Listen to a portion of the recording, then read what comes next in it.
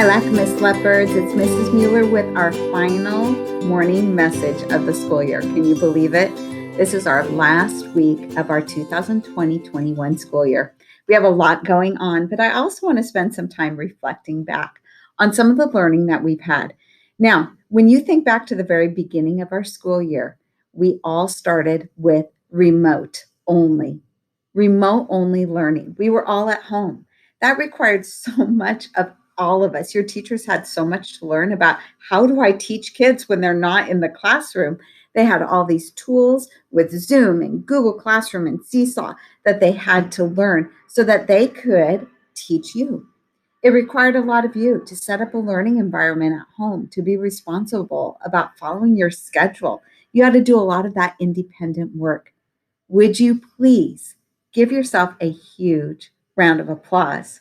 Teachers, thank you so much. We know how hard that was and all the care that you gave. Thank you. Students, that required so much of you. And look, you did it. You were responsible. You learned new skills, and your learning at home continued. Now, this year we had a focus with what we call our social emotional learning. Just like reading and writing and math, you have standards. Our standards for reading might be like identifying the main idea, or maybe for math, multiplying multi-digit numbers. Those are standards that we hope that you learn by the end of your school year. We set a goal. Fourth graders should learn this. Third graders this. Well, we also have what we call our social emotional learning. And for the social emotional learning, there are standards also. And this year we started focusing on a standard as we progress through the school year. Teachers, this is a great time to kind of connect back with the learning that we have done, not only academics, but also our social emotional. Now, we start with our self-awareness, being aware of our own emotions and what's going on inside us. We use a tool with our zones. We talked about how the emotions are like the weather. They come and they go. The self-awareness starts so that you can identify within yourself so that you can use that strategy to help with the next standards. There was social awareness. What's going on socially around us? What's going on in my class community? What's going on in our campus community? What's going on in our world? Having an awareness of that, of ourselves, of what's going around outside.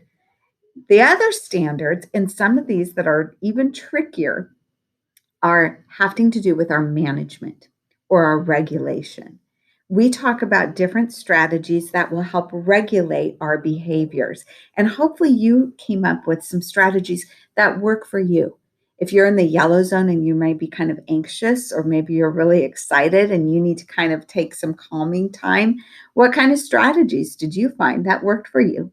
If maybe you got to a red zone where you're just really, really upset and angry, and what did you need to do to help calm you so that you were able to confront and to deal with that anger? Or maybe when you're sick or you're tired or you're just kind of really sleepy and all of those things, what kind of strategies?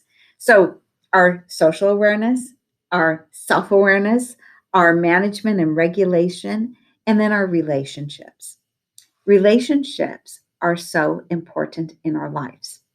And I know for a fact because I hear your teachers and I hear how they care about you. They know the power of a relationship and they hope that you feel inside that they are your champion. They want the best for you. And so, through all of this teaching, sometimes that best might not feel very good because it might be some pushing or holding you accountable. Sometimes that wanting the best for you means that I know I need to give you a little time here. I need to give you a little break, or maybe I need to give you a little hug, even if it's an air hug. So, we did a lot of work around our social emotional learning. And as a class community, I hope that you, as you've started the days talking about that and connecting and being vulnerable with each other, wrap that up. Talk about those standards and what you've learned and how you've grown. I'm really proud of our community, of each individual. I'm so proud of your teachers. They have done amazing things. And just to hear their care, their love, their support of kids, that even in this really hard year where we're tired and everybody needs a summer break, they're going to miss you. I'm going to miss you. And then we'll come back and we'll be excited about next year. Now, for the rest of this week, we have a few things. So Monday and Tuesday, those are kind of just your learning days. And our PALS is doing a movie license, and I think they're going to have the movie Inside Out, which connects to our social emotional learning that your teachers might be able to share and show in your classroom.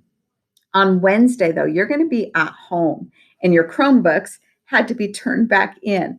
And so we have a tic-tac-toe choice board that your teacher sent home with you and will review with you for your learning for that day. So this is going to require you to be very independent, but it's some fun, engaging things to be independent with. So your teacher will review what learning will look like for your Wednesday. And then on Thursday, your class as a whole cohort will get to do our field day. Now, we have to stay together as a class still, and your teacher actually will be the one who will take you around and teach you each of the stations. So teachers, make sure you read through so you know how to run that station. And you're going to have fun at 6 different stations throughout our campus. Some of them are relays, we have our scooters, we have a parachute, and a really, really special surprise that Mrs. Cunningham has coming for you that I'm keeping quiet because you will be surprised. We're going to have a barbecue luncheon also on Thursday with our pals. And some of our remote only kids who stayed at remote will be coming back to join their class for this field day. And then on Friday, it's a half day, but the big thing that we have is we're going to celebrate our 5th graders. And some of our 5th graders have been with LACMAS for 6 years. They've seen us from LACMAS Heights. They've moved with us to our new LACMAS Lake School, and they have been LACMAS Leopards for now 6 years. And our celebration that we have for our 5th graders will be on Friday morning. And our 5th graders, they're going to share memories. What will they take away with them that has made part of who they are from being here at LACMAS? And I can't wait to hear the learning and the growth that you've made, 5th graders, as you're getting ready here to transition to middle school, whether that's Liberty, Odyssey, or another choice school that your family is making. I'm excited to share with you from my heart.